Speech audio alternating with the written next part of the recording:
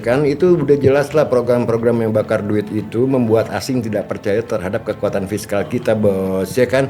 Dan itu kan kalau kita lihat di porsi APBN itu kan paling besar tuh MBG, ya kan, makan racun gratis, ya kan. Karena di samping dolar yang naik, harga minyak naik, ya ini akan banjir PHK nantinya, ya kan. Nggak ada, karena ini bukan persoalannya itu bukan di situ, persoalannya di fundamental ekonomi kita.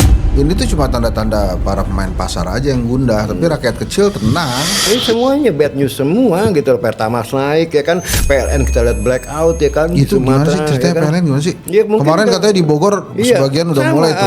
Tadi juga beritanya ada mungkin di tiap wilayah nanti ya selama 3 jam. Ini artinya memang PLN udah kedodoran dengan dolar. Kenapa nggak diganti-ganti di rootnya tuh PLN? Ya.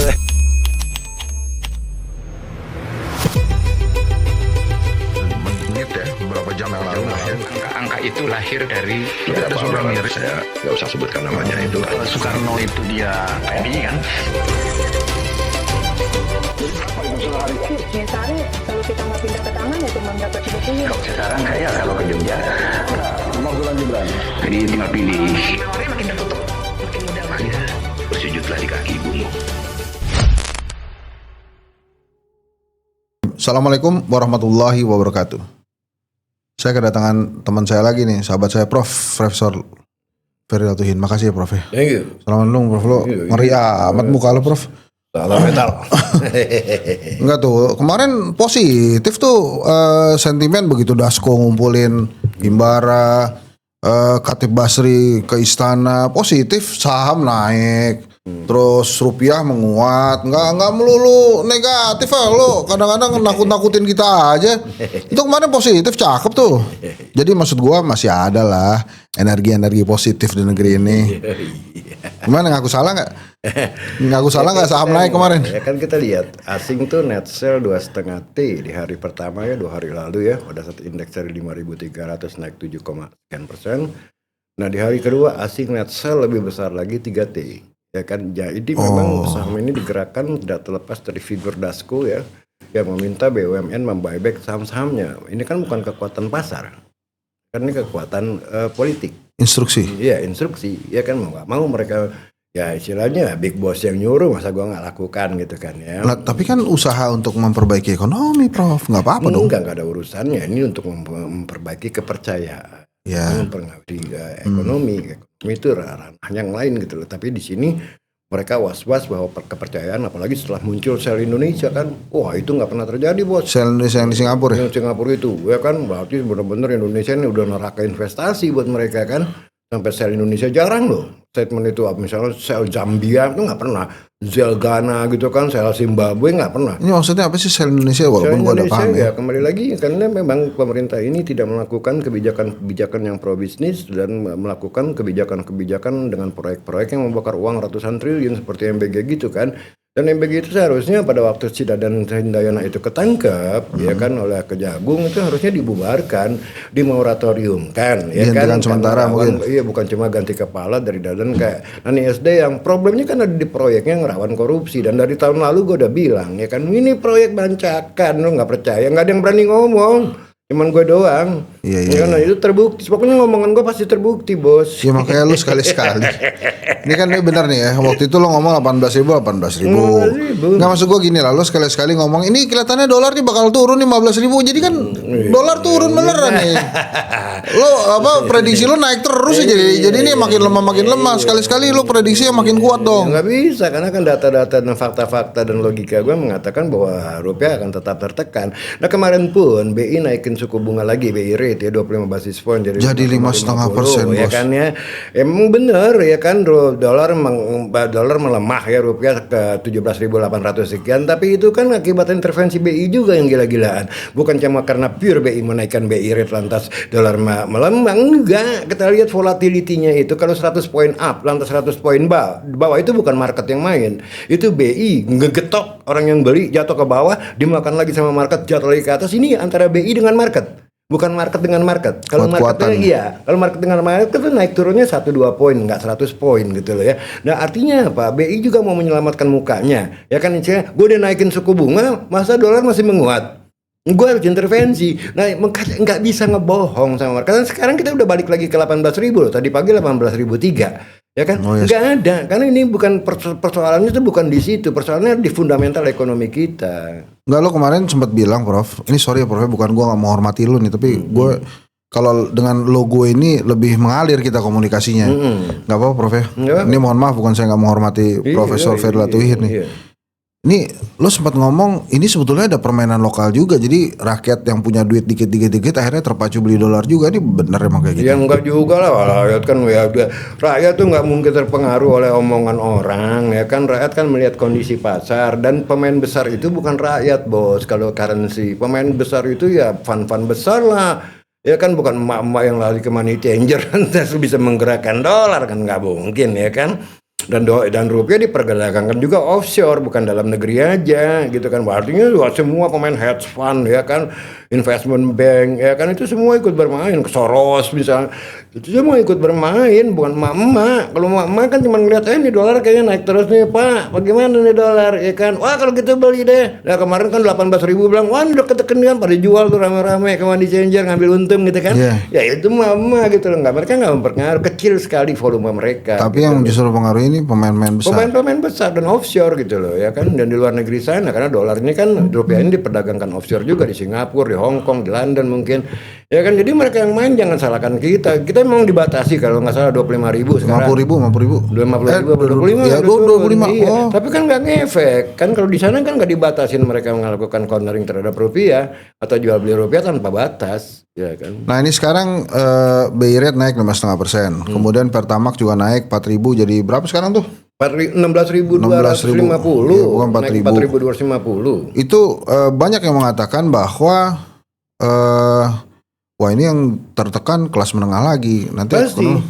Jadi apa prediksi lo setelah ini? Setelah BI rate naik, kemudian Pertamax naik. Ini daya beli kelas menengah bawah itu udah tertekan. Ya kan sekarang dengan naiknya Pertamax, kelas menengah ke atas. Yang pakai Pertamax kan pasti orang-orang yang punya mobil. Ya kan mobilnya nggak mau pakai Pertalite, pasti kan punya duit ya kan ya. Nah akibat naiknya Pertamax, tentu porsi belanja mereka kan menjadi berkurang untuk beli daging sapi misalnya ya, untuk beli minyak goreng yang premium. Mungkin mereka bilang ya gue untuk sekarang beli minyak goreng curah aja deh ya, yang murahan ya kan, yang harusnya dimakan oleh rakyat bawah.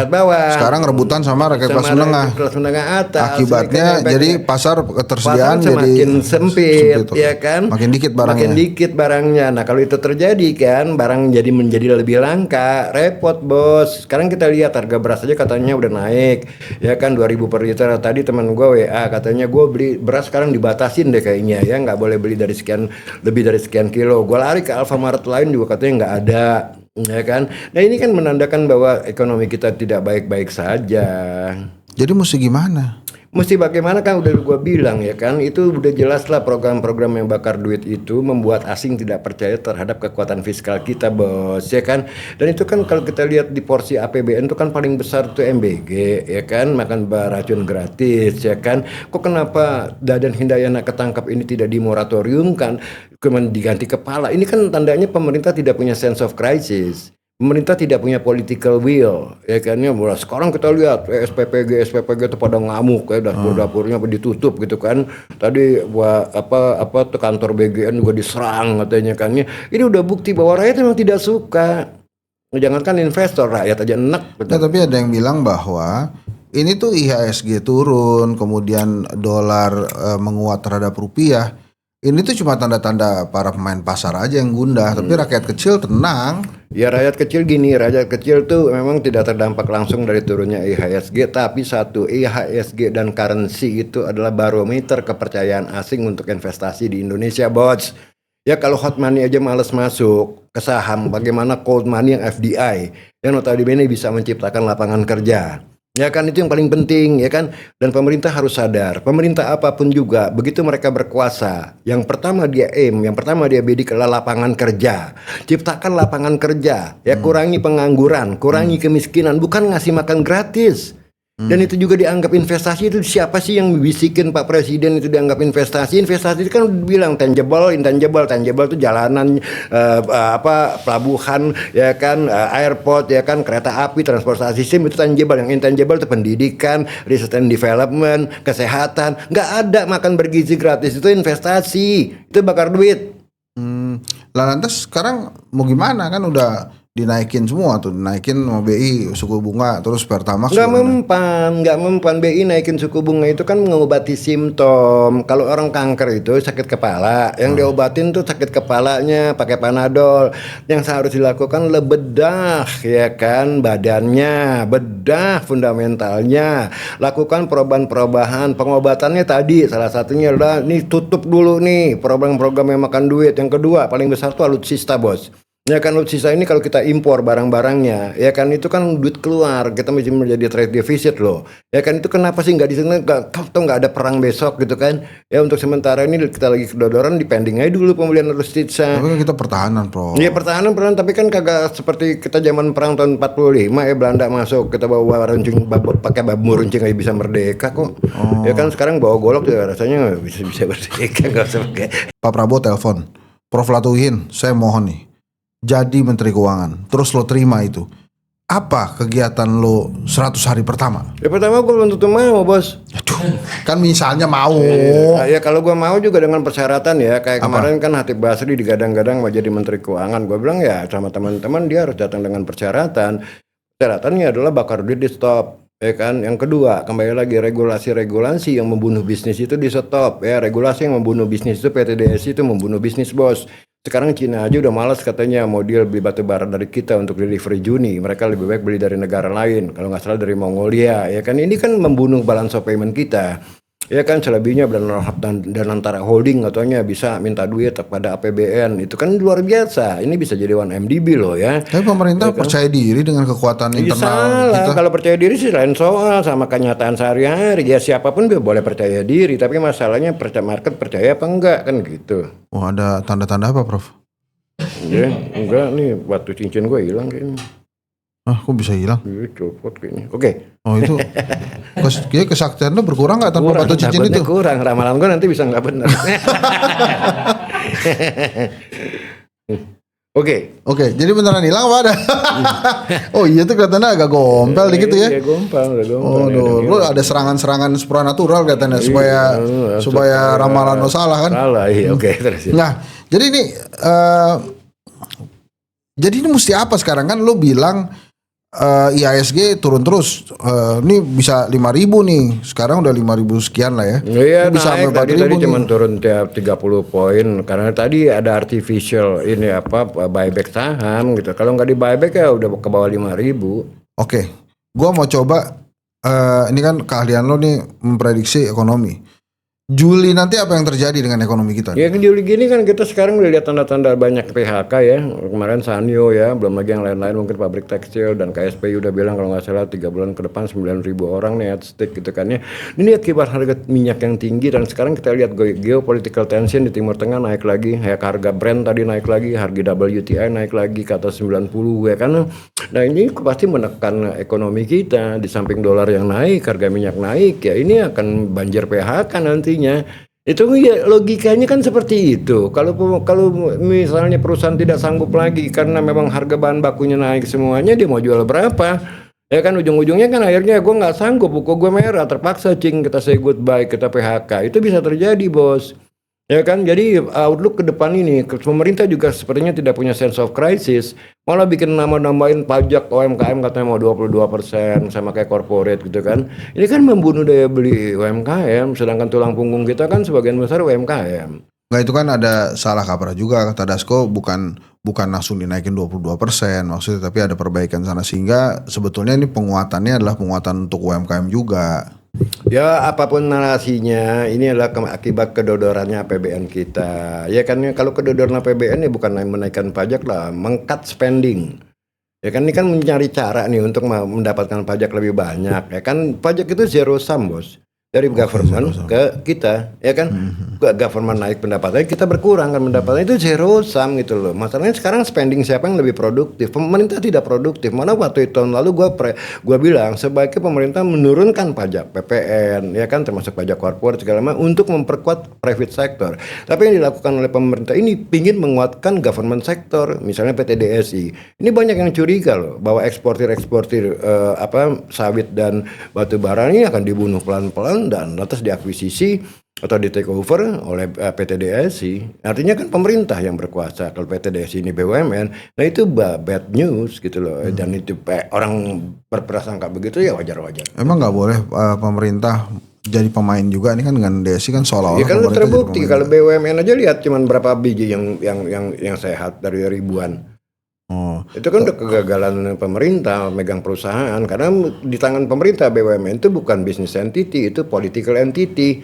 Siapa yang menang nanti bagi-bagi jabatan masuknya ke BUMN, ya kan? You can imagine ya kan tukang sampah bisa jadi komisaris kan repot, Bos. Tapi ada yang bilang kita nggak mungkin balik lagi ke 98 karena salah satu indikatornya perbankan kita sekarang kuat. Waktu 98 Belum nggak kuat. tentu juga perbankan kuat kan kalau badai PHK terjadi bisa jadi NPL-nya naik.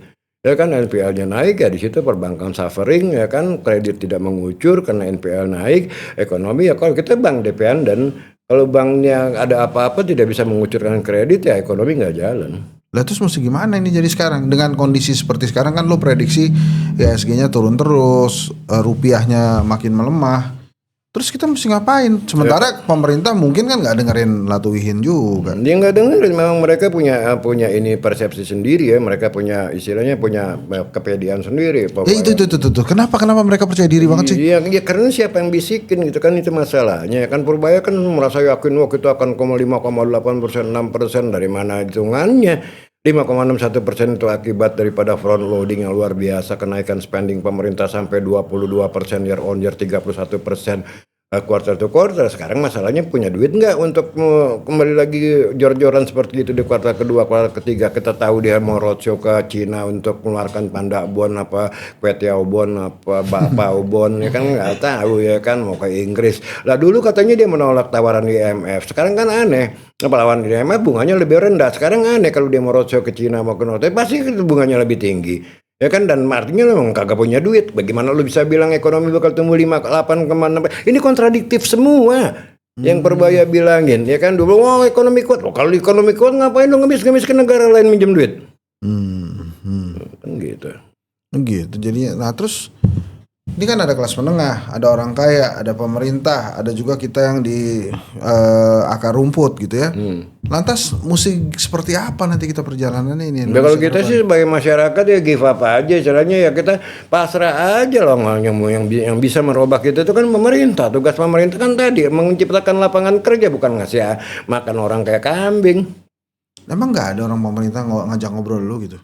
Ya kagak ada lah, ya kan yang dipilih kan orang-orang yang bisa ngejilat. Intel gitu nggak ada. Nggak ada, yang dipilih itu orang-orang yang bisa menghibur gitu. Ada yang ngancam lo nggak? Prof lo berhenti ngomong lo Enggak. prediksi lo kejadian Ya semua. kan gue kagak ngomongin politik, bos, gue ngomongin ekonomi. Toh gue nggak punya kepentingan politik, dan gue kalau ngomongin ekonomi juga sebetulnya pengen menyelamatkan pemerintah ini. Kan gue udah ramarin dari tahun lalu, rating kita bakal down, kita nggak didengerin. Rupiah dolar bakal ke 17.000, malah sekarang 18.000 nggak didengerin. Indeks harga saham gabungan bakal jebol, nggak didengerin. Ya salah apa? Siapa yang salah kalau gitu? Nah, kalau bilang begini waktu itu kan gue nanya sama lo tuh, Prof ini kita serok aja apa? Serok Pak Purbaya ngomong gitu, serok aja serok. Ya itu nggak pantas lah. Purbaya ini ya gini, Purbaya ini menjatuhkan wibawa pemerintah kita lah, menjatuhkan wibawa bangsa kita. Dia ngomong gitu ya serok ya? Iya, dia ngomong serok-serok itu nggak pantas gitu loh. Dia Menteri Keuangan. Tapi mungkin maksudnya baik Prof supaya rakyat Nggak ikut bisa, nggak beli bisa. saham. Yang namanya Menteri Keuangan dan Gubernur BI itu orang-orang yang harus irit bicara. Ini kok kayak setiap hari serok. Kamu kan bikin malu bangsa kita loh. Lu punya Menteri Keuangan nih bandar saham apa sih? Ya kan aneh gitu loh. Sri Mulyani aja nggak pernah kayak gitu loh. Ini selama 15 tahun dia tahu wibawanya, dia tahu dia harus ngomong apa untuk menjaga wibawanya. Nah kalau wibawa seperti itu serok, apalagi market jebol, siapa yang percaya sama Purbaya? Nanti pada saat dia mau ngomong mengenai keputusan yang terkait dengan masalah ekonomi juga nggak dipercaya, bos. Nggak boleh, Menteri Keuangan nggak ada nilai intelektualnya sama sekali loh Purbaya. Ya bahasanya serampangan, ngomongnya seenaknya gitu kan. Prof, ya. kasih gue satu alasan kenapa ini IHSG lagi turun, harga-harga saham juga lagi turun. Kenapa lu menyarankan kita nggak usah ikut-ikutan nyarok? Ya janganlah, orang naiknya juga kan karena akibat himbauan. Bukan naik karena siapa pasar, kan asing keluar. Oh iya kali aja kita mau mandiri hidup dengan kaki kita sendiri. Ya bagaimana? Nggak perlu asing. Kalau nggak punya duit gimana mau hidup sendiri? Ya kan ngimpi dari mana? Hidup sendiri tuh kalau kaya. Oh, jangan-jangan lo nyerok lagi nih. Nggak ada, gue mah nggak akan masuk ke pasar saham. Ya, sebelum jatuh ke 4.000 gue nggak akan serok. Terus rupiah? Makanya lo Rupiah itu the best asset. Jadi dolar itu the best asset. Orang nanya sama gue ya, bang ini main apa ori, saham atau emas atau apa? Enggak. Best asset sekarang lu pegang dolar. Enggak kan ada yang bilang ini itu prediksi dolar terus-terusan menguat 18.000, 20.000, 25.000 segala itu lo yang bilang tuh. Lo bilang ntar 18.000, 20.000, 25.000 itu gara-gara Ferry Latuhin emang punya dolar banyak tuh. Ih, kagak juga, bukan masalah punya dolar. Masalahnya gini, market itu kan percaya sama siapa? Gue kan nggak mungkin market percaya sama gue. Yang main dolar itu kan offshore sana, di luar sana yang gede. Kalau di sini kan emak doang, nggak pengaruh. Jadi orang-orang coba-coba, malah gue dapat lagi tuh kemarin dibilang agen Soros, dibilang agen IMF. Ada yang bilang gue agen IMF, nyebut nama gue gitu kan. Itu apa alasannya IMF punya agen? Emangnya dia dagang beras? Yang perlu agen tuh itu yang udah pabrik kopi, ya kan? Ini IMF bukan pabrik kopi bos, bukan pabrik rokok. Yang perlu agen rokok, gitu kan? Nah ini jadi mesti gimana nih kita nih ekonomi kita nih kita optimis sama enggak? Gue terus terang nih dinaikin gini bos ya. Gue masih ada cicilan rumah nih, gue terus terang aja. BI rate dinaikin tuh bakal naik nggak? Cicilan KPR pasti naik, pinjol juga mungkin naik, ya kan dinaikin kayak begitu, ya kan? Salah. Nah ini yang gue ngeri ini kalau naikin yield bakal naik lagi ke 8%. Sekarang udah sepi lelang katanya di 7% pun nggak mau gitu kan? Banyak yang lebih di 8% kalau pemerintah melakukan lelang SBN gitu kan ya. Nah akibatnya apa? Kalau yield naik itu kan aset-aset seperti bank yang megang SBN, ya kan, dana pensiun, asuransi, kan harganya turun kalau yield naik. Nah kalau bank 20% aja megang SBN, ya kan, dalam asetnya, ya kan, itu equity-nya kemakan loh. Nah kalau equity-nya kemakan, dia nggak bebas lagi menyalurkan kredit, ya kan, karena equity-nya harus di top up, ya kan. Nah ini kan mencelakakan ekonomi kita. Jadi salah, ada ongkosnya bos. Setiap obat yang diberikan itu pasti ada ongkosnya ke ginjal kita, ya kan? Ya, kalau tubuh kita, ya kan. Nah BI naikin suku bunga juga ada ongkosnya, gitu. Yang bukan gratis. Kalau gratis ya naikin aja enak-enaknya. Ya lu itu katanya lu buka praktek perdukunan tuh, orang-orang datang kalau ini Pak Ferry ini kira-kira saya beli dolar nih kapan saya sell gitu. Ya enggak lah, kalau gue sih masih tetap sampai 1 tahun ke depan, 2 tahun ke depan gue masih tetap pegang dolar. Enggak, itu workshop lu apa tujuannya jadinya? Ya workshop saya yang akan datang akan diadakan di Hotel Tamarin pada tanggal 27-28 Juni ini ya. Jadi Sabtu Minggu 27-28 ya. Kenapa emang orang-orang pada suka? Waduh, suka banget karena gue ngajarin tuh praktis bos. Ya gue nggak ngajarin teori-teori, ya kan. Lu datang mesti pakai bawa laptop, gue kasih Excel, kita bedah laporan keuangan Telkom, bedah laporan keuangan Astra, bedah laporan Indofood, semua praktis gue ajarin bagaimana cara ngukurnya dan cara ngebedahnya, sehingga kita dapatkan, wah ini Telkom kemahalan cing, ya kan. Tapi kan lu sendiri bilang jangan nyerok sekarang, apa yang bikin workshop ini ilmunya. Itu? Oh ilmunya, ya kan. Ya nggak harus lu main saham, ini banyak lu yang ikut ya, boleh bilang ya orang-orang kantoran lah ya. Manajer ke atas, direktur BUMN juga banyak yang ikut dan merasa berguna sekali. Oh ternyata ngebedah perusahaan tuh seperti itu. Gitu. Enggak, lu nggak dapet. Lu mau cari di kampus mana nggak dapat. Ini pengalaman gue 30 tahun sebagai analis. 26-27 Juni. 26-27 Juni ini ya kan di Hotel Tamarin, ya kan. Ya daftar aja deh, nanti di sini ada deskripsinya gitu kan ya. Ini biar orang bertahan hidup atau lo ngajarin orang makin tajir sebetulnya? Ya sebetulnya gini, bagi mereka yang tahu ini bisa bikin tajir duit karena lu tahu pada saat kapan lu masuk ke dalam satu saham berdasarkan simulasi yang kita lakukan. Jadi gue melakukan backtesting sehingga dapetin parameternya. Ya kan, sehingga wah di harga sekian baru gua masuk. Itu gaya Warren Buffett, gua ajarin. Nggak narik garis gitu loh, teknikal gitu, support, resistance, semua monyet juga bisa gitu loh. Ya gua ajarin membedah buku gitu loh. Iya. Nggak, itu gimana? Jadi misalnya ada karyawan yang gajinya masih 10 juta, itu boleh ikut ya kalau dia mau lo? menambah pengetahuannya ya ikut. Itu peanuts kecil sekali charge-nya yang gue kenain cuma 6 juta itu kan kalau di luar itu kan 15 juta 20 juta kalau dia adain hotel gede, ya kan ya. Tapi gue karena sifatnya tidak komersial dan tempatnya terbatas ya, gue nggak lebih dari 25 orang karena susah. Ini 2 hari full loh. Dari jam 8.30 pagi sampai jam 5 sore. Dan itu selalu kita case study. Kita bedah bukunya ini kenapa kok saham ini nggak naik-naik ya. Kita bedah satu-satu, oh ternyata gila men, dia punya fixed cost itu tinggi sekali gitu kan ya. Wah ternyata dia bagi dividen sampai 130% loh dari net income-nya. Berarti dia nggak punya growth dong ya kan ya. Ya siapa yang mau beli sahamnya kalau company udah mati kayak begini, nggak punya growing ya Nah kan? itu sih gue pernah datang tuh ke workshop lo beberapa kali, emang penuh banget sih. Iya. Nah, lo bisa kasih perhatian ke mereka nggak? Oh bisa, karena kita tuh nggak terbatas ya. Kadang-kadang malah kalau sampai 50 orang gua terima itu sampai jam 8 bos. Mereka asik ngerjain soal, ya kan? Jadi nggak harus jam 5 bubar. Oh.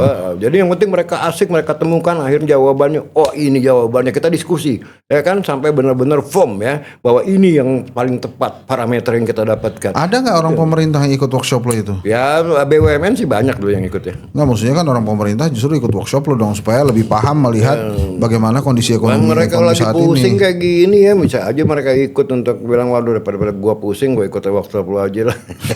Jadi 26, 27, Iya. 6 juta aja. 6 juta aja 2 hari full. Dua hari full Nggak dapat di Jakarta. mana-mana, nggak dapat, nggak diajarin. Di kampus S1, S6 juga nggak dapat. Jadi prediksi-prediksi lo kenapa bisa 25 Ya karena ribu? karena gue melakukan yang namanya fundamental analysis. Enggak, kenapa sih lo yakin banget bakal bisa 25 ribu tuh? Gimana sih Ya teorinya? tadi ya Pak, ini kan harga minyak tetap tinggi, ya kan harga dolar juga udah 18.000 udah tetap tinggi. Kita lihat badai PHK mulai berguliran, mahasiswa udah mulai bergerak. Sekarang kita nggak tahu kapan peaknya ya kan. Ini semuanya bad news semua gitu. Pertamax naik ya kan, PLN kita lihat blackout ya kan. di Itu gimana sih Sumatera, ceritanya ya kan? PLN gimana sih? Ya, mungkin Kemarin kan- katanya di Bogor sebagian udah sama. mulai tuh. Nah, tadi juga beritanya ada mungkin di tiap wilayah nanti ya selama 3 jam. Ini artinya memang PLN udah kedodoran dengan dolar. Kenapa nggak 18.000? diganti-ganti di rootnya tuh PLN? Ya. Si Darmo. Ya bukan masalah di rootnya aja, tapi bukunya sendiri itu emang kedodoran bos. Oh, temen lo ya Darmo ya, makanya dibelain lo. Enggak juga. Ya kan karena kembali lagi 16.500 udah kedodoran, apalagi 18.000 kan bayarnya kan dalam dolar. Batu bara dalam dolar, ya kan IPP Independent Power Plant sebagai supplier listrik ke PLN juga dalam dolar. Oh, tapi direktur sama komisarisnya gede-gede tetep tuh dapat duit PLN. Ya mungkin aja sih, ya kan ya bisa lah. Oh temen lo nih, kelihatannya lo nggak keras-keras banget sama PLN nih. Nah, Prof dikit lagi. Kasih lah Prof tips kepada pemerintah supaya bisa nih diperkuat ekonomi kita nih. Kan katanya nih jelang Piala Dunia, orang-orang mulai rileks sehingga inilah waktu untuk perbaikan ekonomi Indonesia. Selain menghentikan MBG ada nggak sih? Iya selain menghentikan MBG ya kan please reshuffle kabinetnya lah ya kan ya istilahnya gantilah Purbaya dengan orang yang proper ya. Gue bukan karena gue sebel sama Purbaya itu banyak melakukan kesalahan. Nah tapi siapa yang mau, Prof, sorry ya, gue potong sih, siapa yang mau jadi Menteri Keuangan di era ekonomi yang lagi tough berat begini? Iya makanya kan susah sekali. Kemarin kan ada calon Hatip Basri ya kan, ada calon Budi Gunadi Sadikin, ada calon siapa lagi Ferry tuh. Latuihin. Ya enggak lah kalau gue. Ya, tapi memang karena memang berat. Jadi siapapun menjadi Menteri Keuangan kalau tidak kondisional, artinya tidak mengajukan persyaratan bahwa ini harus dikubur, bahwa ini harus di stop, ya nggak akan mau bos. Nggak ada yang mau karena dia akan menderita sama sekali. Ya, tapi orang-orang bilang tuh pemerintah lagi mati-matian ini menyelamatkan ekonomi kita. Ya kan nggak ada actionnya kalau mati-matiannya salah garuk gatalnya di sini garuk di sini ya nggak kan. Oh gitu. Jadi selain MBG ngapain nih Prof harusnya pemerintah? Ya, spending yang sifatnya memboroskan uang negara gitu loh ya. Alutsista itu gede kan posnya. Dia stop dulu lah pembelian alutsista, itu bisa mengalami trade deficit. Ntar kita diserang Prof kalau Enggak lah, dulu kita pakai bambu runcing aja bisa menang lawan Belanda. Jangan underestimate tentara kita loh. Ya kan banyak yang punya ilmu kebal, tembak nggak mati. Ya kan asal nembaknya salah. Ya udah, gitu kira-kira Prof Ferry Latuihin. Saya terus terang setiap kali ngobrol semakin deg-degan. Prediksi aja kira-kira ini bakal balik ke 20.000 terus berhentinya di mana nih sampai Juli nih? Nggak bisa unstoppable. Kita masuknya begini. Kalau udah memasuki level tertentu, itu masuk ke level imajiner. Artinya tidak ada equilibrium. Tergantung sentimen pasar. Jadi wild tuh bisa kemana-mana. Ini mungkin nggak sih kuat lagi rupiah sehingga sulit, dolar balik lagi ke 15.000? Nah, kalau ngelihat kondisi sekarang hampir nggak mungkin gitu loh ya. Karena nggak ada gini sense of crisis aja kayaknya nggak ada.